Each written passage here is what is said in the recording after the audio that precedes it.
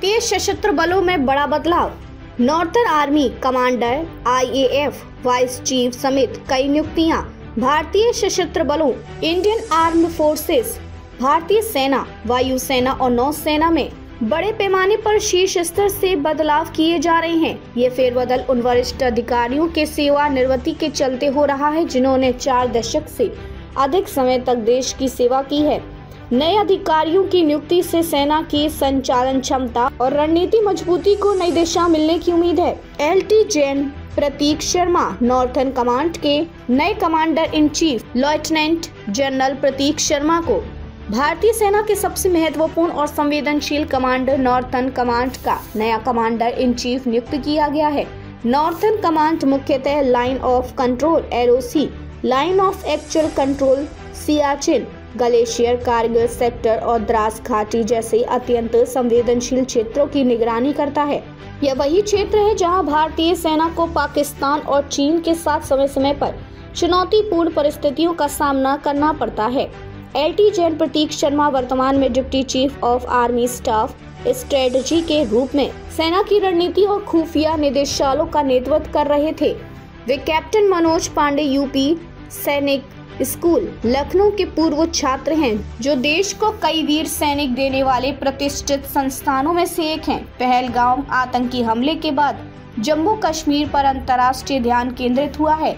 ऐसे समय में ये नियुक्ति रणनीतिक दृष्टि से अत्यंत महत्वपूर्ण मानी जा रही है। नॉर्थर्न कमांड में विदाई समारोह। LT Jain MB Suchendra Kumar, lieutenant general MV Suchendra Kumar, जिन्होंने लगभग 40 वर्षों तक भारतीय सेना की सेवा की है, उन्होंने नॉर्थर्न कमांड का कार्यभार सौंप दिया है। सैनिकों और अधिकारियों ने उन्हें एक भावुक और गरिमा में विदाई दी। LT जैन सुचेंद्र कुमार की अगुवाई में नॉर्थर्न कमांड ने LOC पर कई महत्वपूर्ण ऑपरेशन सफलतापूर्वक अंजाम दिया। वायुसेना में परिवर्तन। एयर मार्शल अशोक दीक्षित नए chief of integrated defence staff. Air marshal Ashok Dikshit ने 1 मई 2025 को chief of integrated defence staff to the chief of staff committee का पदभार ग्रहण किया। इंटीग्रेटेड डिफेंस स्टाफ तीनों सेनाओं के समन्वय का मुख्यालय है, जो रक्षा रणनीति और तेज सेना अभ्यासों को संबित करता है। एयर मार्शल दीक्षित पहले सेंट्रल एयर कमांड के air officer commanding in chief थे। LT जैन JP मैथ्यू, जिन्होंने इस पद पर लगभग 4 वर्षों तक कार्य किया, 30 अप्रैल को सेवानिवृत्त हुए।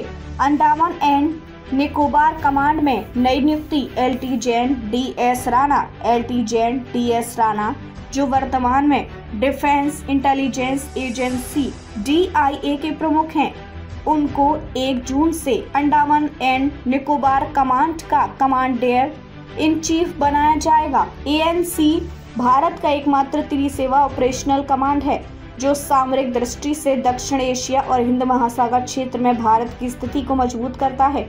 उनके स्थान पर LT जैन SP सिंह, जो फिलहाल साउथर्न कमांड में चीफ ऑफ स्टाफ हैं, DIA का कार्यभार संभालेंगे।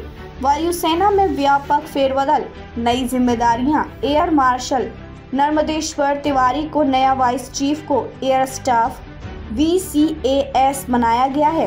वे एयर मार्शल SP धारकर का स्थान लेंगे, जो 30 अप्रैल को सेवानिवृत्त हुए। एयर मार्शल बालकृष्णन मणिकंदन को सेंट्रल एयर कमांड का नया प्रमुख बनाया जा रहा है। वे फिलहाल साउथर्न एयर कमांड के प्रमुख हैं। उनके स्थान पर साउथर्न एयर कमांड के नए प्रमुख की घोषणा जल्द होगी। एयर मार्शल नागेश कपूर, जो ट्रेनिंग कमांड के वर्तमान प्रमुख हैं, अब साउथ वेस्टर्न एयर कमांड का नेतृत्व करेंगे। एयर मार्शल तेजिंदर सिंह, जो डिप्टी चीफ को एयर स्टाफ है, ट्रेनिंग कमांड का कार्यभार संभालेंगे। वायुसेना में ये परिवर्तन आने वाले वर्षों में देश की हवाई क्षमताओं को और सशक्त बनाने के उद्देश्य से किया जा रहा है।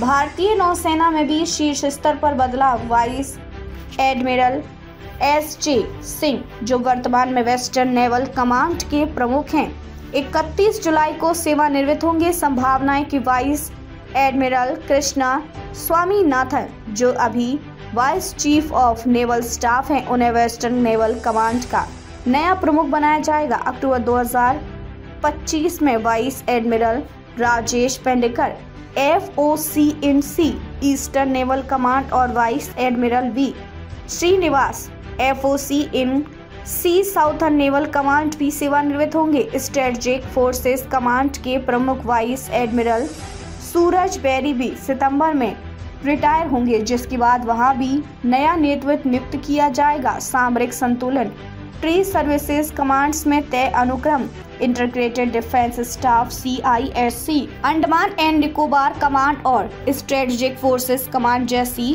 त्रिसेवा संरचनाओं में कमांड का रोटेशन सिस्टम है। चूंकि नए CISC एक वायुसेना अधिकारी हैं और ANC की कमान सेना के पास जा रही है, इसलिए SFC का नेतृत्व नेवी अधिकारी के पास रहेगा। नौसेना में अगले वरिष्ठ अधिकारी कौन हो सकते हैं? वाइस एडमिरल संजय वास्तियान, deputy chief integrated defence staff vice admiral Sameer Saxena, chief of staff eastern naval command vice admiral Ajay Kochhar, chief of staff western naval command. इन अधिकारियों का नाम संबित दावेदारों में शामिल है जो भविष्य में नौसेना के शीर्ष पदों पर आसीन हो सकते हैं। भारतीय सशस्त्र बलों में यह व्यापक फेरबदल न केवल वरिष्ठ नेतृत्व में नया उत्साह लेकर आएगा, बल्कि भविष्य की चुनौतियों के लिए एक मजबूत बुनियाद भी तैयार करेगा।